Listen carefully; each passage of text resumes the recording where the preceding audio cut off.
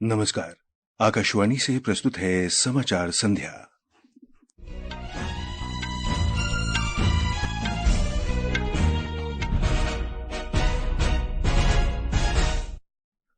भारत ने लद्दाख में 2 नई काउंटी स्थापित करने वाली चीन की घोषणा का विरोध किया।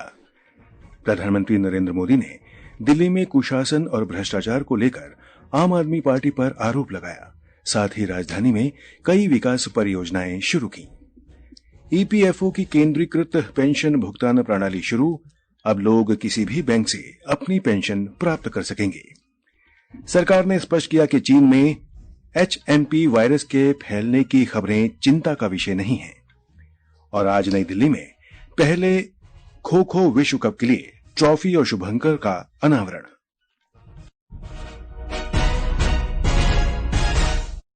समाचार संध्या के साथ मैं रवि कपूर।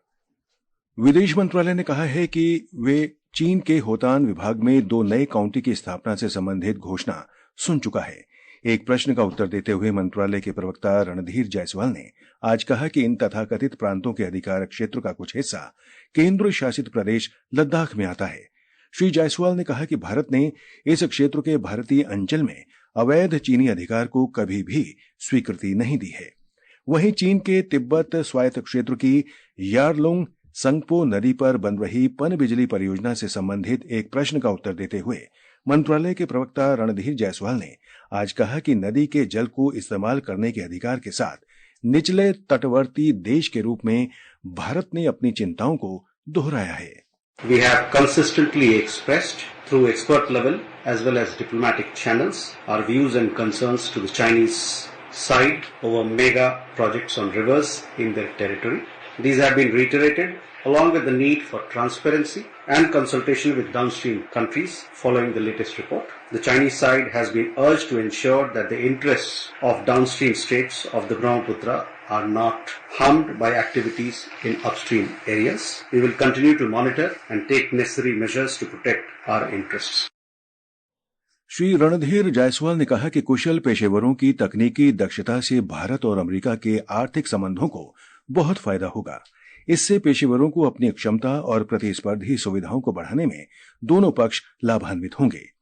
यमन में मौत की सजा का सामना कर रही केरल की नर्स निमिषा प्रिया से संबंधित एक प्रश्न के उत्तर में श्री जायसवाल ने कहा कि भारत निमिषा प्रिया की सजा से संबंधित घटनाक्रमों पर बारीकी से नजर रखे हुए है। उन्होंने कहा कि सरकार इस मामले में हर संभव सहायता कर रही है। प्रधानमंत्री नरेंद्र मोदी ने दिल्ली की आम आदमी पार्टी सरकार की आलोचना करते हुए कहा है कि आप सरकार ने 10 वर्ष के शासन के दौरान दिल्ली को आपदा की ओर धकेल दिया है। श्री मोदी ने नई दिल्ली में 4,500 करोड़ रुपए की कई विकास परियोजनाओं के उद्घाटन और शिलान्यास के दौरान ये बात कही। श्री मोदी ने कहा कि सरकार जनता को पानी और सीवर सुविधाएं उपलब्ध कराने में विफल रही है। यहाँ की राज्य सरकार ने उन्हें आपदा का शिकार बना डाला। केंद्र की भाजपा सरकार लोगों की मदद के लिए स्पेशल सिंगल विंडो कैंप चला रही है। जो लोग दिल्ली के लोगों से विश्वासघात करके झूठी कस्में खाके अपने लिए शीश महल बनवा लेते हैं, उनसे जब यह आपदा जाएगी और भाजपा आएगी तो इन सारी समस्याओं का समाधान भी किया जाएगा। श्री मोदी ने कहा कि दुर्भाग्य की बात है कि दिल्ली सरकार केंद्र की आयुष्मान भारत योजना को लागू नहीं कर रही है। प्रधानमंत्री ने दिल्ली सरकार पर शिक्षा को लेकर भी आरोप लगाया। श्री मोदी ने राष्ट्रीय राजधानी के अशोक विहार में झुग्गी बस्तियों के निवासियों के लिए लगभग 1,700 नवनिर्मित फ्लैटों का उद्घाटन किया और पात्र लाभार्थियों को चाबियां सौंपी। इस अवसर पर लाभार्थी शीला ने प्रधानमंत्री की सराहना की। मोदी जी ने हमारे को नरक में से सुरग में उठा दिया है और भविष्य में सोच नहीं सकते थे कि क्या होगा, मिले या ना मिले, जो इनका सपना हमारा पूरा कर दिया इन्होंने। प्रधानमंत्री मोदी ने 2 शहरी पुनर्विकास परियोजनाओं नौरोजी नगर में वर्ल्ड ट्रेड सेंटर और सरोजनी नगर में जनरल पूल आवासीय आवास टाइप 2 क्वार्टर का भी उद्घाटन किया। प्रधानमंत्री ने द्वारका में लगभग 300 करोड़ रुपए की लागत से निर्मित केंद्रीय माध्यमिक शिक्षा बोर्ड के एकीकृत कार्यालय परिसर का भी उद्घाटन किया। उन्होंने दिल्ली विश्वविद्यालय में 600 करोड़ रुपए से अधिक की 3 नई परियोजनाओं की आधारशिला रखी। प्रधानमंत्री नरेंद्र मोदी कल नई दिल्ली में ग्रामीण भारत महोत्सव 2025 का उद्घाटन करेंगे। इस महोत्सव का लक्ष्य ग्रामीण बुनियादी ढांचे का विकास करना, आत्मनिर्भर अर्थव्यवस्थाओं का निर्माण करना और ग्रामीण समुदायों के बीच नवाचार को बढ़ावा देना है। 6 दिवसीय महोत्सव का विषय वर्ष 2047 तक विकसित भारत है।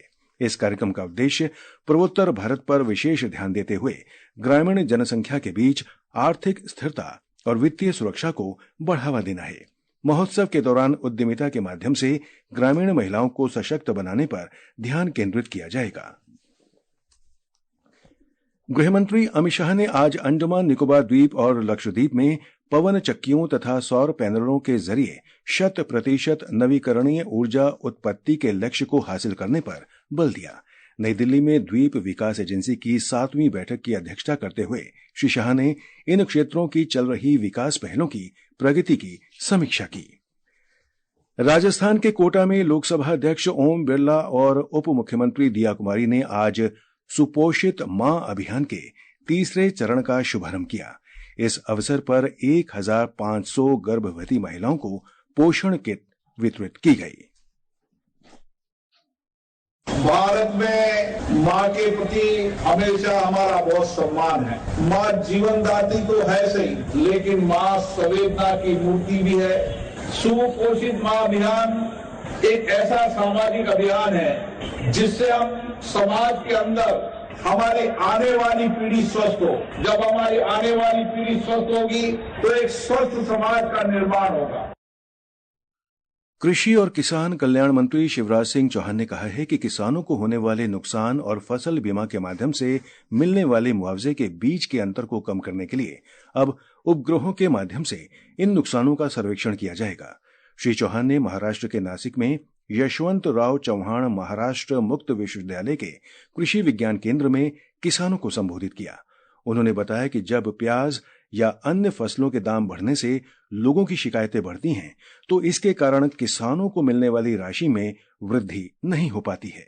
राज्य सरकार किसी संस्था के माध्यम से प्याज खरीद के अगर उसको मुंबई, दिल्ली, कोलकाता, चेन्नई पहुंचाएगी तो ट्रांसपोर्टेशन का वो खर्चा सरकार देगी। राज्य और केंद्र आधा आधा वहन करे तो शहरों में थोड़ा सस्ता मिलेगा और किसान को ठीक पैसा मिल जाएगा। हम नए प्रयोग करने की कोशिश कर रहे हैं। वाणिज्य और उद्योग मंत्री पीयूष गोयल ने कहा है कि भारत 110 से अधिक यूनिकॉर्न स्टार्टअप के साथ विश्व का तीसरा सबसे बड़ा स्टार्टअप पारिस्थितिक तंत्र है। नई दिल्ली में आज भारतीय स्टार्टअप पर मीडिया से बातचीत में श्री गोयल ने कहा कि पिछले 9 वर्षों में देश की स्टार्टअप यात्रा नवाचारी विचारों वाले असंख्य लोगों के लिए परिवर्तनकारी और उत्साहवर्धक रही है। We had started last year the Startup Mahakumbh. It's the world's largest congregation of startups at one place.